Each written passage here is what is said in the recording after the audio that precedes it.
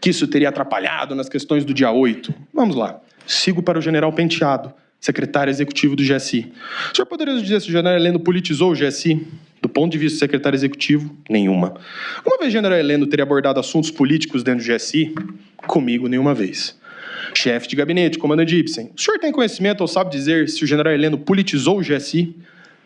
Eu posso, dentro do meu conhecimento, do que acompanhei, dizer que não houve essa politização. Perfeito. Alguma vez o general teria abordado assuntos política partidária? Não. Como chefe de gabinete, o senhor poderia nos responder se o general Heleno manteve pessoas de outras gestões, como, por exemplo, do Temer ou da Dilma? Sim, a maioria do gabinete foi mantida. E eu indago a respeito de porcentagem, ele fala que mais da metade. General Oliveira Freitas, que foi diretor de segurança da informação do GSI. Eu indago, alguma vez o senhor saberia dizer se o general Heleno teria politizado o GSI? Eu nunca vi assuntos políticos serem tratados lá. Inclusive, nós mantemos lá todas as pessoas que estavam no GSI. E o general permaneceu com o mesmo chefe de gabinete, até as secretárias. Eu trabalhava no meu departamento, eu trabalhava no anexo do palácio, não trabalhava no gabinete, mas verifiquei que o general é da opinião que militar assume uma função. Coronel Hamilton, novamente. O senhor sabe dizer se o general Heleno teria politizado o GSI? Em que ele responde, não, o general Heleno não politizou o GSI, ele era o político. Pelo tempo que eu tenho de GSI, quase 12 anos. Eu posso até afirmar que o GSI é apolítico e apartidário. Eu nunca observei, e aqui esse exemplo que ele traz é muito curioso, o GSI fazer parte de reforma ministerial e nem contar fazer parte de cota de qualquer partido na esplanada. Segue a testemunha. Me lembro que uma vez o general Heleno, em palestra no GSI, deixou isso claro. Ele disse que, pela proximidade com o presidente, pelo assessoramento direto, talvez, por vezes, ele pudesse desempenhar esse papel de assessor político, mas que os servidores deveriam continuar nas suas atividades diárias. Então eu concluo dizendo que o GSI não foi politizado, mas o general Heleno, realmente, ele desempenhou esse papel de político pela proximidade com o presidente, inclusive defendendo o presidente em entrevistas na rede social. Mas o GSI não foi politizado. Sobre a BIM paralela, não há dúvidas ainda que Augusto Heleno tinha plena ciência da configuração da BIM paralela e acompanhou as atividades dessa célula de contra-inteligência. Em suas anotações pessoais foram encontrados registros sobre a utilização da estrutura da BIM, como manuscritos de falar com o presidente, Vicente Cândido Novo Vacari, a BIM está de olho, e descrevia a PF preparando uma grande sacanagem. Todos esses excertos estão em páginas diferentes. Todos. Nenhum está na ordem. Não é um seguido do outro na mesma folha. É um em cada folha, em cada parte da agenda.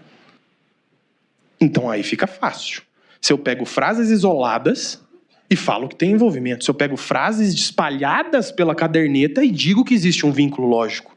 Que foi o que a Polícia Federal fez, levando o Ministério Público a erro. E olha que curioso sobre a BIM paralela. O general Heleno foi monitorado pela BIM paralela. Pera lá. Eu sou o grande articulador junto com o Alexandre Ramagem da BIM paralela. E eu sou monitorado por ela? Então, pera lá. Como que eu coordeno essa BIM paralela e não sou eu que estou falando? Nos registros CGU, um dos terminais monitorados de Jean Carlos e do Gustavo está associado ao ministro Augusto Heleno, que foi monitorado 11 vezes. Outro ponto interessante, a BIM não é subordinada ao GSI. A BIM ela é vinculada ao GSI. Ela é uma autarquia, funciona livremente. E aqui um ponto que foi muito batido, sobre Alexandre Ramagem e Augusto Heleno estarem sempre juntos, que seriam parceiros nessa empreitada. Trago o Christian novamente. Indago, por conta do cargo que o senhor ocupava, o senhor saberia informar se Alexandre Ramagem tinha agenda somente com o presidente e sem a presença do general Heleno? Com certeza tinha. Ele segue. O diretor Ramagem normalmente tinha um despacho semanal ordinário que ocorria segundas às tardes ou terças pela manhã como ministro-chefe de GSI, general Heleno. Mas ele possuía uma sala no segundo andar do palácio, onde passava grande parte da semana despachando diretamente no Palácio do Planalto. E por diversas vezes, dentro da sua agenda ou não. Ele tinha reuniões com o presidente da República, muitas vezes sem a ciência do GSI. A ABIN e o GSI operavam como instâncias de inteligência paralela, prontamente acionados pelo presidente da República, com acesso direto e sem intermediação. Esse núcleo atuava como central de contra-inteligência da organização, utilizando indevidamente ferramentas de pesquisa e monitoramento da ABIN para espionar, sem autorização judicial, adversários políticos. Ainda, documentos apreendidos com Ramagem e Heleno, destinados a orientar as ações de Jair Bolsonaro, revelam que estava em pauta a adoção de providências formais de descumprimento de ordens judiciais que o Executivo considerasse manifestamente ilegais.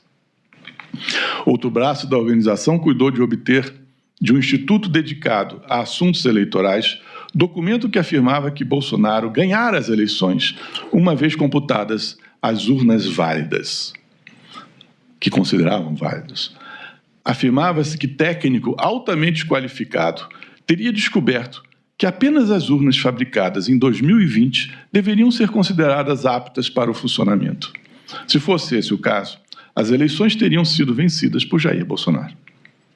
Descobriu-se, porém, que o relatório técnico fora deturpado nos seus termos, que o seu autor não admitira em nenhum tempo que parte das urnas seria imprópria, tendo ao contrário sustentado não haver nenhuma evidência válida que corroborasse semelhante tese. Ainda assim, o relatório subsidiou provocação ao TSE, que descartou de logo a sua utilidade. O relatório e a decisão da Justiça tornaram-se instrumentos de manipulação das bases populares do governo, servindo para acendrar desconfianças e ao vitimismo do presidente não reeleito. E aqui, esse ponto é muito interessante. Do punhal verde e amarelo, o Ministério Público traz uma mensagem de texto encaminhada ao general Heleno e um documento no qual ele seria o chefe desse imaginário gabinete de crise. Então, que fique claro, nenhum militar foi procurado pelo general Heleno, nenhum militar foi pressionado, nenhum. E que provas traz a defesa? As que estão aqui. Que provas traz o Ministério Público? Nenhuma. A organização criminosa se empenhou na execução dos planos operacionais de instauração de balbúrdia social. É o que se verificou da reunião realizada em 12 de novembro de 2022, na residência funcional do general Braga Neto, com a presença de Rafael Martins de Oliveira, Hélio Ferreira Lima e Mauro Cid.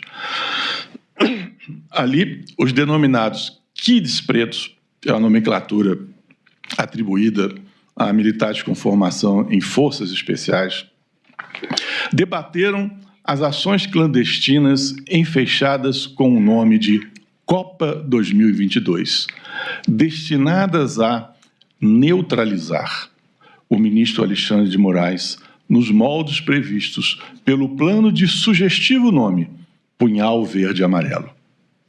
Havia também a previsão de morte por envenenamento do presidente da República eleito e a morte do seu vice. Os autos confirmam a prática de atos de início de execução desses planos, com atividades de seguimento das autoridades e compartilhamento de dados de segurança. Previa-se o uso de armamentos pesados e se admitia alta probabilidade de óbitos, além daqueles dos alvos principais. O plano Punhal Verde e Amarelo estava em linha com outros documentos relevantes, também descobertos em poder dos réus. A planilha com o nome Desenho OP Luneta minudenciava as etapas de implementação do golpe de Estado, com análise de fatores estratégicos de planejamento. Estava declinado o objetivo de, aspas, restabelecer a lei e a ordem por meio da retomada da legalidade e da segurança jurídica e da estabilidade institucional. Fecham-se aspas. Confirmando o intuito da organização criminosa de desconstituir as estruturas vigentes com base em suas próprias noções de lei e ordem. Havia previsão de não admitir governo ligado a ideologias de esquerda. O documento antecipava um decreto a ser assinado por Jair Bolsonaro a fim de institucionalizar a tomada de poder e apontava a necessidade de uma, aspas, estrutura de apoio para o estabelecimento de um gabinete central de crise e gabinetes estaduais.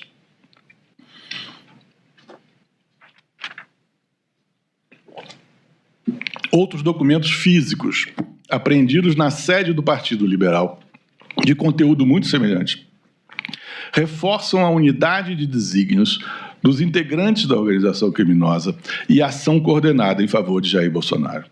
Na mesa ocupada pelo coronel Flávio Peregrino, então assessor de Walter Braga Neto, foi encontrada a pasta denominada Memórias Importantes, que continha esboço da denominada Operação 142 e traçava ofensivas contra o Supremo Tribunal Federal, a assinatura de decreto presidencial e o controle da narrativa midiática. O plano também previa ações claramente voltadas à restrição de exercícios das atribuições de instituições democráticas. Falava em anulação das eleições, prorrogação dos mandatos e substituição de todo o TSE. No tópico Linhas de Esforço, o arquivo propunha ações de interrupção do processo de transição, mobilização de juristas e formadores de opinião e enquadramento jurídico do decreto no artigo 142. Era aquele mecanismo de rejeição das decisões do Supremo que desagradassem o Poder Executivo. Deixava-se evidente o escopo do grupo de depor o governo legitimamente eleito e permanecer no poder de forma autoritária. Esse objetivo chegou a ser declarado de forma expressa ao final do documento, em que se lia: Lula não sobe a rampa.